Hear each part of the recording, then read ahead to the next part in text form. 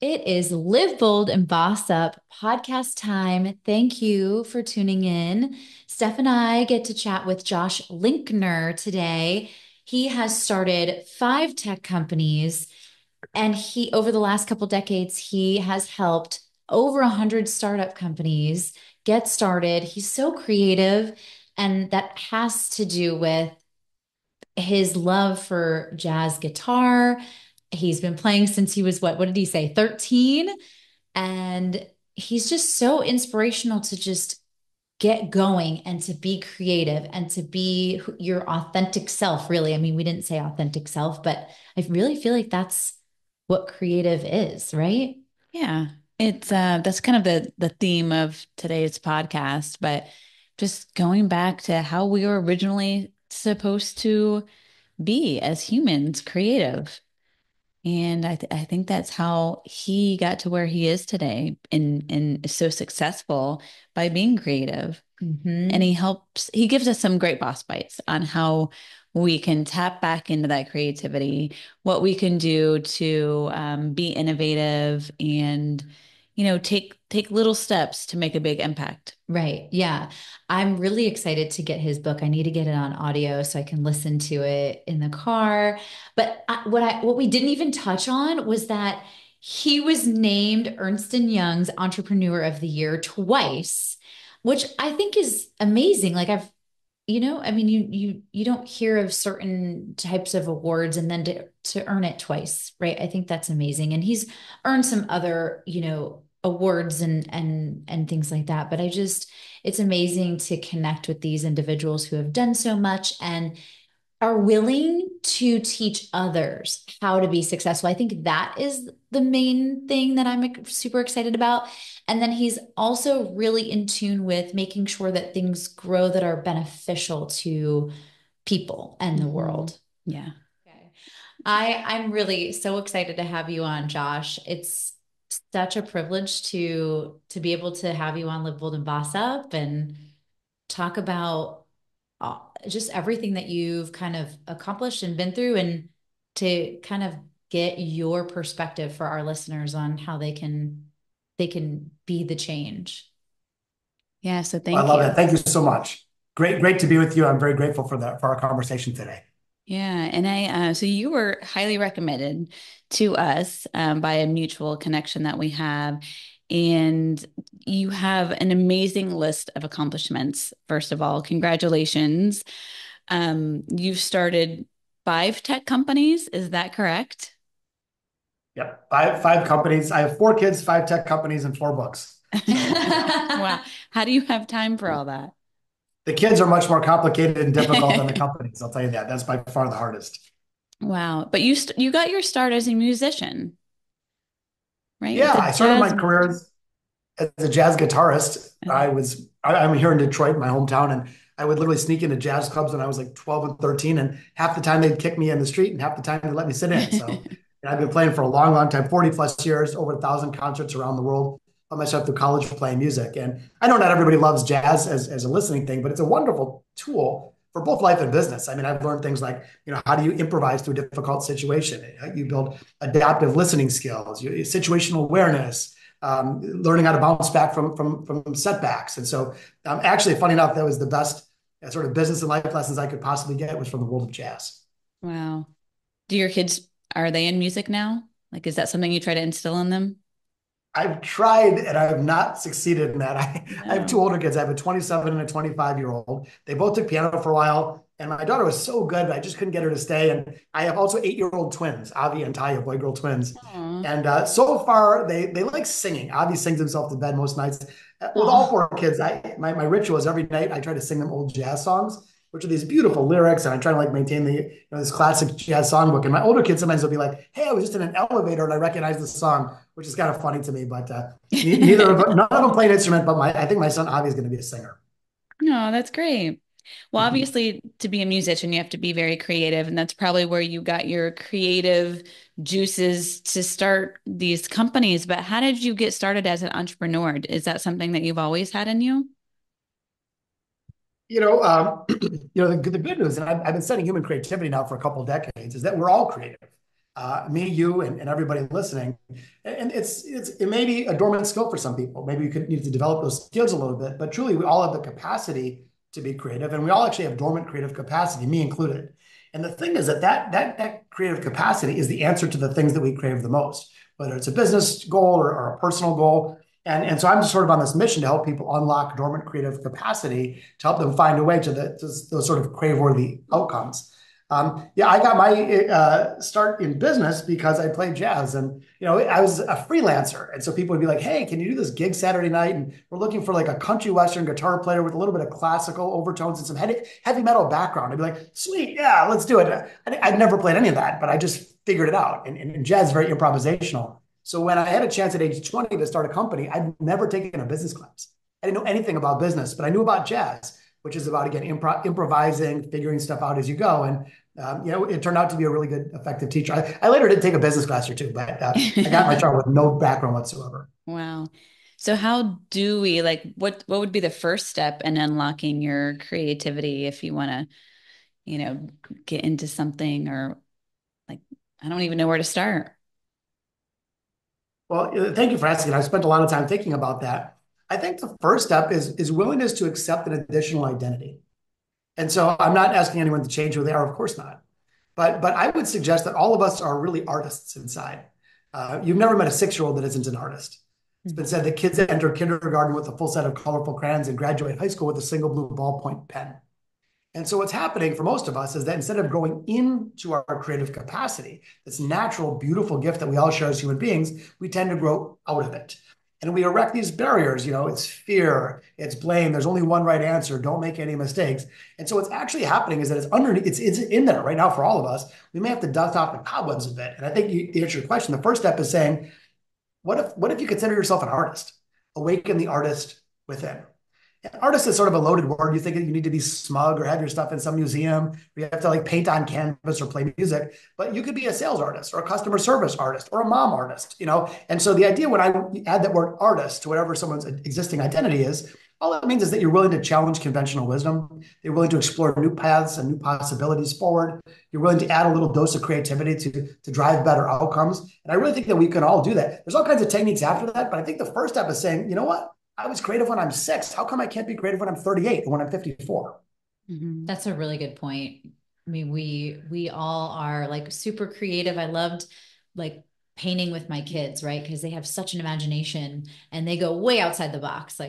Forget the canvas. They're starting to paint on themselves and they just go for it. So I love that. And, when Steph and I were watching your videos and kind of reading all about you, one of the things about change kind of popped into my head, or being an artist popped into my head. And it's sometimes in business, whether it's a really big decision or a small decision, you're kind of put under pressure. And sometimes that pressure for me, and maybe some of the listeners too, kind of smushes down or suffocates the creativity or the creativeness that you need in that moment when you're okay, I need to perform, I need to create this or do this. And then that pressure kind of, blocks it. And is there any advice that you have that you can kind of tap into and alleviate that pressure, that stress, and to be creative, to be able to do the business thing that you need to do? You bring up an excellent point, and you're exactly right. If it's hey, snap your fingers, be creative, you have 5 minutes or else, it's very hard to do your best work under that type of incredible pressure. One thing I suggest is giving yourself a little bit of time to what I call heads up time. Most of us spend our professional lives being heads down, getting your to-do list done, figuring out what you got to deliver. But when your head's down, you don't notice the world around you. And so even 5% of your time, doesn't have to be 50%, 5%, 2%, being heads up, where you're not focused on a deliverable, but you're giving yourself a chance to breathe and a chance to explore what's possible and a chance to reimagine the way you're doing the work. So that's one thing. It's just carving out a teeny bit of time can be very helpful for practicing. Another thing is using some warm-ups and techniques. They think about a great athlete. They don't just show up to the Super Bowl and jump out of a cab and run out on the field. They get there early, they stretch, they warm up, they practice. And so same type of thing with creativity. It is a skill that we all have access to, but it's a skill that can be grown and developed, just like a language, just like playing a sport. And so giving ourselves a little bit of practice and a little bit of warm-up time can be very effective in doing that. Last thing I'll say is that the biggest blocker of creative output, it's not natural talent. Again, I've researched human creativity for decades. It's crystal clear. As human beings, we are hardwired to be creative. That's our natural state. Like if you're breathing, you're creative. It can be expressed in different ways. Like I play jazz guitar pretty well. I can't draw at all. I can't even draw a stick figure. Doesn't mean I'm not creative. It's just sort of gravitate to one area. And again, you can apply creativity in just about any domain. But the biggest blocker is fear. Fear is the poisonous force that robs us of our best creative output. And so the best way to be creative, even under pressure, is to somehow remove the fear. If you can create psychological safety, you set the conditions such that creativity will blossom naturally. Same way you think about a greenhouse. Greenhouse has the right temperature and humidity and sunlight. It's the right conditions for plants to grow. So you got to start thinking like, what's the right conditions for my creativity to grow? If it's like the boss is yelling at you and you have 3 minutes to come up with a breakthrough idea, those are not the right conditions. That's a condition for fear, and fear creeps in, and fear and creativity cannot coexist. So if we're leading others or ourselves, you start to say, okay, how can I create a setting where I can send my judgmental brain out to Starbucks and I can really let my creativity flow? And when you're in a safe environment where there's not deadlines and pressure and someone looking over your shoulder, your creativity will actually start to blossom rather naturally. So that's the unlock: is practice it, develop it as a skill, identify that you have it inside already, and then create safe enough conditions, even if it's temporary, if it's like for 2 hours, but you can really let your creativity blossom in a judgment-free zone. I was thinking that in my head, I was going to ask you, what do you do? Because I feel like that's my biggest fear is like rejection. What if I say something stupid? I have all these great ideas, but then I'm going to say it and they're going to be like, that's just the dumbest idea I've ever heard. And I was thinking this in my head as you were talking, and then you just said it. It's like, wow, like I can totally relate to that. Mhm. How do you Well, the get good past news is that? there's really simple techniques that can help us. We think about just about anything else. You have a certain technique and it brings your best work to life. Creativity is no different. And so what you're describing is the deep flaw with how most of us come up with ideas, which is called brainstorming. Brainstorming, by the way, was invented in 1958. It hasn't changed since. It's totally outdated. It's wildly ineffective. Unless you're going for mediocre ideas, never do brainstorming again. Because when you brainstorm, you're sharing an idea, but you're like responsible for the idea simultaneously. So you share the idea and everyone laughs at you, you're never going to share another idea. Or you share an idea and you're like, oh, how come everyone's pouncing on me? Or what's my boss going to say? Or what if I look foolish? Or what if I'm responsible for the idea? And so brainstorming is a terrible tool to bring ideas forward. Here's a simple replacement. Try role storming, ROLE, role storming. So let's say we were doing a normal brainstorm and you didn't want to share an idea because you were afraid. What if you look foolish? Well, let's say instead you were role storming. Role storming is brainstorming in character. You're brainstorming as if you are somebody else. So let's say instead of being you, you were playing the role of Steve Jobs or Beyonce. Like no one's going to laugh at Steve or Beyonce for coming up with a big idea. They might laugh at you for coming up with a small idea. And the point is when you share an idea as Steve Jobs or as Beyonce or as Mozart or Hemingway or a 6-year-old child or an alien from the future, no one's judging you for coming up with that idea. You're merely speculating. What would Steve Jobs say? And I know it sounds a little goofy, but it's so simple. Everyone in the room chooses any character you want. Real, fictitious. It could be a supermodel. It could be an athlete, an author, an inventor, whomever. And stay in character, like actually try to embody that person. If they have a funny accent, do that, like have some fun with it. But here, the best part is when you share ideas, you are no longer responsible for those ideas. So therefore there's no repercussion, there's no blowback, nothing's going to affect you. It's really funny, real quickly. I did this with a group of executives one time at Sony Japan. I met this guy who was like the stiffest human being I've ever met. Dark suit, white shirt, he's like tie is strangling him. And he was really like shut down. Anyway, we got him role storming as Yoda. And I've never Wait, seen personal transformation. did Like this he dude's pick jacket's Yoda? off. Yeah, he like all of a sudden took the role of Yoda. So like he takes his jacket off, his tie's undone, he's leaping around the room, and the whiteboards were filled with ideas. And the truth is, I didn't teach him to be creative. He had that inside, as do we all. But the role he was in forbid it. He was so afraid of saying the wrong thing, he froze up. But when he got to be Yoda, all bets were off and he became very creative. So it sounds goofy, but it's the simplest and easiest technique. Try role storming the next time and you'll watch the creativity fly. I love I that. do too. Thank you. That was like a huge boss fight. I love that. Yeah, no, that's great. So I'm assuming that you share all these tips in your books that you wrote. You have 4 books. Are they all about creativity, or what kind of inspired you to write these books? Yeah, well, thank you for asking. What's really been on my heart is this notion that there's 8 billion people walking around the planet, you and me included, with varying levels of dormant creative capacity.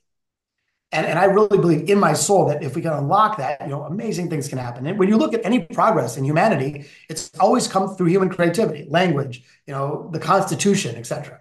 Then you also look at the world and say, we've got a whole bunch of challenges, problems, and opportunities. You name a problem from racial divisiveness, dwindling tax base, shrinking pipeline, whatever the problems are, social unrest, income inequality, environmental challenges. Those are real challenges that need real answers. And then, of course, there's things that they're not really a problem, but we want to grow. We want to be the best version of ourselves. We want to grow our business. We want to grow our families. And so when I hold those two things, like in one hand, we all have dormant creative capacity. And if we can unlock it, that's the tool to solve it. And we got these problems on the other hand. So I feel like I'm on this planet to help connect those dots, to help people unlock their gift of human creativity such that they can live better lives and grow better businesses and improve humanity. So that was the thread for the last 20 years and across 4 books. So yeah, they're all really sort of based on that. How do you harness and apply your creative ability to the problems that you care about the most? What's your favorite book? So I have 4 kids. I can't tell you which is my favorite of the kids. Depends on the day, probably. But I can tell you which is my favorite book. My most recent book is called Big Little Breakthroughs: How Small Everyday Innovations Drive Oversized Results. And I set out on this mission. I really wanted to understand, how do the most creative people, the most innovative leaders think and act? And I actually spent over 1,000 hours of research. I interviewed CEOs, billionaires, celebrity entrepreneurs, Grammy award-winning musicians, and lots of ordinary people like you and me. And what I discovered was fascinating. The most creative, innovative people don't swing for the fences with every pitch. They don't take like these high-risk moonshots, but instead they cultivate daily acts of micro creativity, like micro innovations. And so they're not these like big, wild, crazy bets. It's like little, like maybe 4 or 5 little teeny creative adjustments a day. So what happens is it becomes like a daily habit. It's more like, instead of creativity being an activity, something that you do, it's again back to the notion of an identity shift, something that you are. And I'm very proud of the work. There's a lot of fun stories, a lot of untold stories in the book from all over the world, nonprofit sector, for-profit, entrepreneurs, big companies, musicians, et cetera. But it really is a systematic way to like tap into this power that we have as human beings, cultivate it, bring it to the surface, and deploy it in your life and business.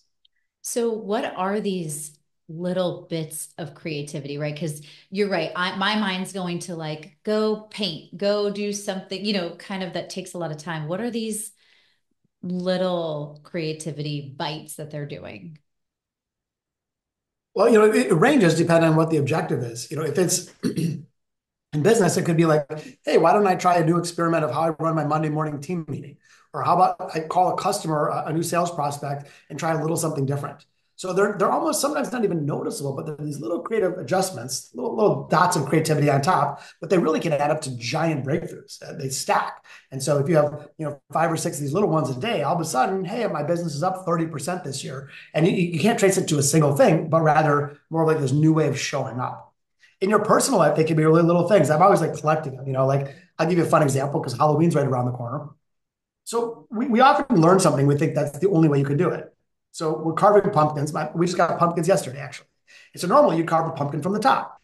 And you carve the pumpkin out, and then like you stick your hand in there and get the goop everywhere. And then you light the candle, you get like 30-degree burns. You got to carry it around. You got to get underneath this weird slippery thing. And so here's a big little breakthrough: carve it from the bottom. So just think about it. You carve out a thing on the bottom, gravity, all the goop drops out. You want to light it, you put the base down, put a candle on top, place the pumpkin over it. You want to carry it around, grab it by the handle that nature intended.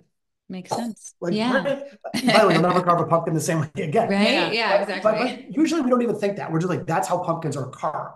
And so to me, again, it's a silly, playful example, but what if you applied that thinking in all areas of life and business and family and community? It's the willingness to challenge conventional wisdom and explore and try new things. And by the way, you could carve the pumpkin that way, and let's say it didn't work out. Okay, don't do it again. So it's rather than thinking like I'm betting my life on these high risk things, it's like trying lots of little experiments all the time. Most don't work. Okay, dump them. But the ones that do, now you've got a new path forward. Big little breakthroughs.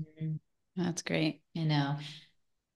I was going to ask, who's been your most like influential person to you that's made the biggest impact on you that you've either interviewed or met, or even the most surprising that maybe you didn't think they were going to be that, make such a big impact on you or the way you thought?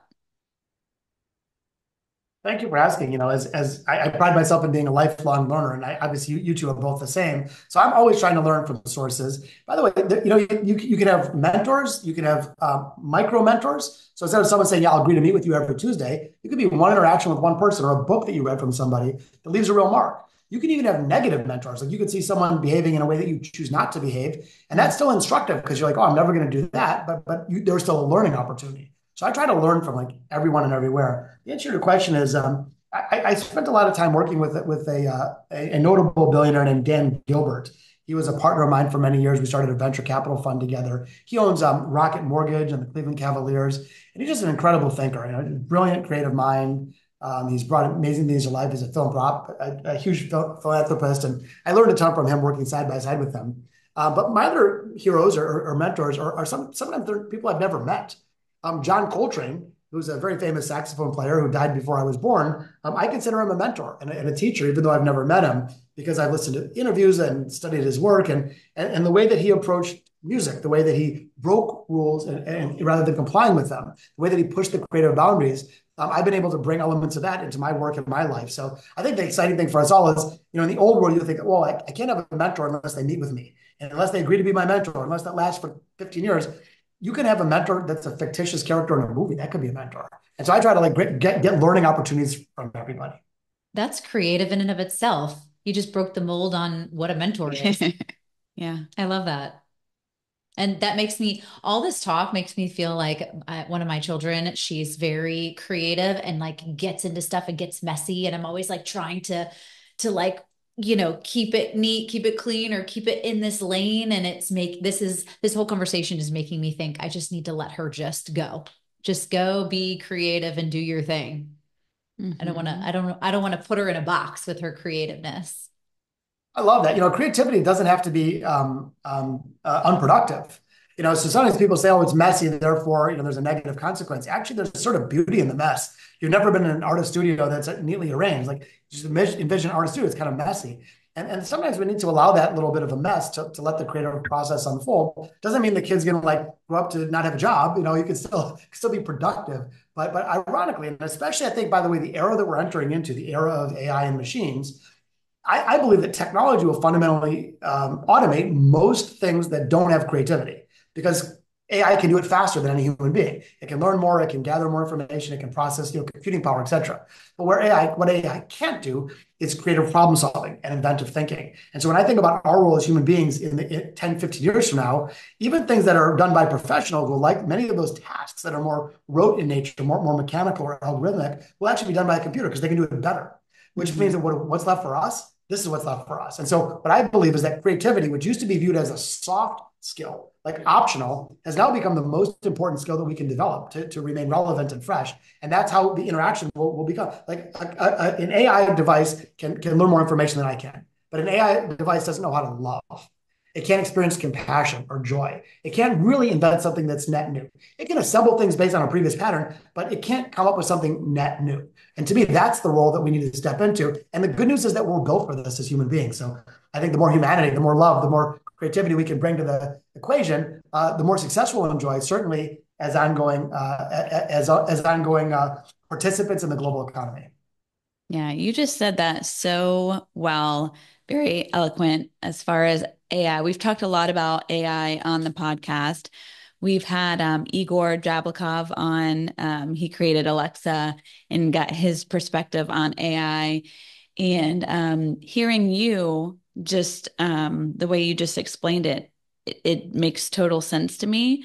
How AI, it's great for a lot of things, and it can probably take over a lot of things in the future, but the creative piece, the human element, is what it can't replace. So there's always going to be that aspect to it that AI can't do.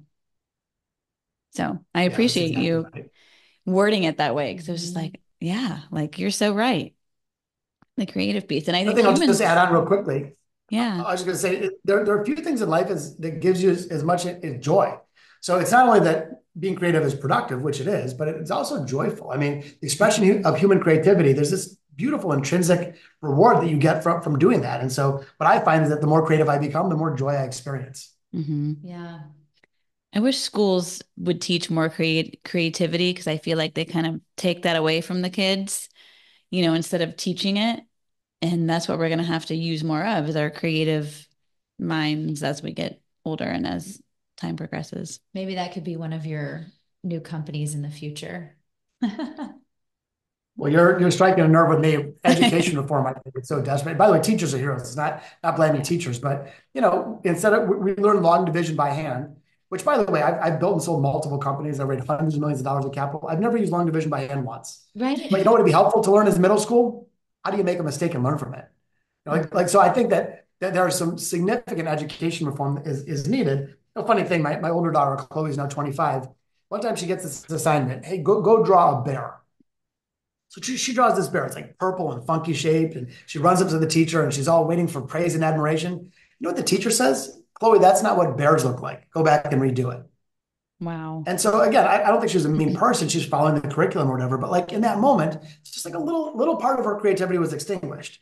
And now you think about how many tens of thousands of times a day that moments like that happen over the course of a 12-year education. And no wonder we come out holding a single blue ballpoint pen. And so I do think that education reform is critical, especially as we move into this new era of business and life. Right, right. Josh, you've created, right, several companies and you've helped over 100 startup companies. What to you excites you about getting into something like that? What is it about these startups and the other companies that you've created that you love? Thank you for asking. First of all, I love the creative process. I mean, as a musician at the core, like you're creating something new. It's like a new composition or a new song. And it's just, instead of showing up as a song, it's showing up as a company. But there's just still the idea of like creating something new is very exciting to me. I like the messiness of it. So building something out of nothing is an inherently difficult process. There's sort of gravitational force you have to bust through. And so to me, I like the challenge of it. That's kind of cool. The other thing though, is I think that companies can have a real impact on the world in a positive way. By the way, it can have negative impact too, to be clear. But the venture fund that I run is called Mudita Venture Partners, Mudita. Mudita is a Sanskrit term, which means taking joy in other people's success. Like when your kid gets an A in school or your friend gets a promotion. It's not a selfish joy, it's a benevolent joy. You're happy for someone else. And so I chose to name the venture fund that because we want it to be in a world that's generally ruthless, one that lifts people up instead of pushes people down. And we have actually a philosophy that we will only invest in companies that we think if the company is successful, the world's a better place. So in other words, if I built a French fry technology to help obese kids become more obese, I might make money, but I'm making the world worse. We won't do that. I don't care how much money you can make. So we only invest in things that we think are both economically viable and are a net positive to the world. And so in our case, as we build companies, the excitement of starting something new and navigating challenges and all that, plus knowing that if that company is successful, the world's a little bit better off. And then you do that in scale, it's intrinsically very rewarding. I'm kind of at the point in my career where I think about, legacy and contribution and impact. And I think building companies is one way to do that. I love that. I love that so much because it's harnessing, it's kind of like filling your bucket of being creative by helping out all these companies, but then you also are trying to be mindful of doing good for the world. I love that. Mm-hmm. What's next for you, Josh? Well, I sort of have three buckets of professional activity. I write and speak on innovation and creativity, our topic today, and I have a consulting practice. So we help organizations build a culture of innovation. So that's sort of one bucket. I mentioned my second bucket, Mudita Venture Partners. We're investing in groundbreaking technology and groundbreaking entrepreneurs who we think are going to change the world and make things a little bit better. And I have another business called Impact 11, sort of where we're helping people who wanted to become professional keynote speakers and thought leaders to launch and scale their practice. We've since built this community of hundreds of those types of people that we're all kind of helping each other. Like the idea is that if we work and support each other, we can together create exponential impact in the world. And we have this belief, words and ideas delivered with passion and precision change the world. Always have and always will. And so we're helping people develop that. And we've since actually expanded that to help business leaders who may not want to get paid to speak, but they recognize if they can be more effective in their communication, persuasive presentation skills, et cetera, they can make a bigger impact as a leader. And so those are my three buckets. Sort of, there's one bucket around innovation and creativity, one bucket around starting and building and scaling companies, and one bucket around words and ideas delivered with passion and precision change the world. I need to check that out. That Impact 11. Is that something that like anyone can go check out and you can get information on it? And like, is it something that anyone could join or be a part of or? Yeah, definitely. It's all kinds of fun stuff there. Just impact, the word impact, and then the word spelled out ELEVEN, impact11.com. The funny reason why we named it that, so we want to help people create impact on the world. As you're sensing, that's a big theme of mine. And on a scale from 1 to 10, take it all the way to 11, you have impact 11. Cute. I love that. I love that. Awesome. Well, is there any last thoughts or comments that you want to give to our listeners before we go? Yeah, one of the philosophies I wrote about in my book, Big Little Breakthroughs, is the idea start before you're ready. And very often when we want to do something, we want to learn a new skill, we want to pursue a new business, relationship, whatever, we want it, but then we stop and we're waiting for a perfect plan or ideal conditions. And unfortunately, we might wait forever. We may never start. And what I've observed from the people that I've seen that are most successful, most impactful, is they start before they're ready. In other words, they just get started on something, even if they can't see the finish line. And they recognize they're going to have to adapt as they go. They're going to have to adjust to changing conditions, sort of figure it out as they go, but they don't wait. They just sort of throw themselves at the opportunity. And that would be my encouragement. If anything that we talked about today is intriguing, instead of saying, oh, I'd love to be creative at some point in the future, start now and start before you're ready. And what you find is that just the act of starting something creates momentum. And then all of a sudden your awareness goes up, you start seeing things, and before long, you're sort of in the thick of things and progress ensues. So my closing bit of advice would be start before you're ready. That's great advice. Yeah, absolutely. I was thinking of us in the podcast. We talked about it for so long. And then finally, COVID kind of spurred us into it. But it's like you're never ready until you actually start. Mm-hmm. Like you always think about it and you just sit on it or try to prepare, right? And that's, if you keep preparing and like writing things down, I feel like it never happens. I don't know. Right? Exactly right. Yeah. Well, Josh, thank you so much. We are going to put the links to your website in our show notes. And you have so many boss bites. That's what we call like our valuable information that we learn from our guest in our show notes as well. We'll put those. But thank you so much for being on our show and for sharing your knowledge and wisdom with our listeners. Truly a pleasure to be with you, and congrats on what you're doing. I think you're just giving people insights and inspiration to lead better lives and make a bigger impact. So thank you for the important work that you're doing. Thank you, Josh. And until next time, live bold and boss up.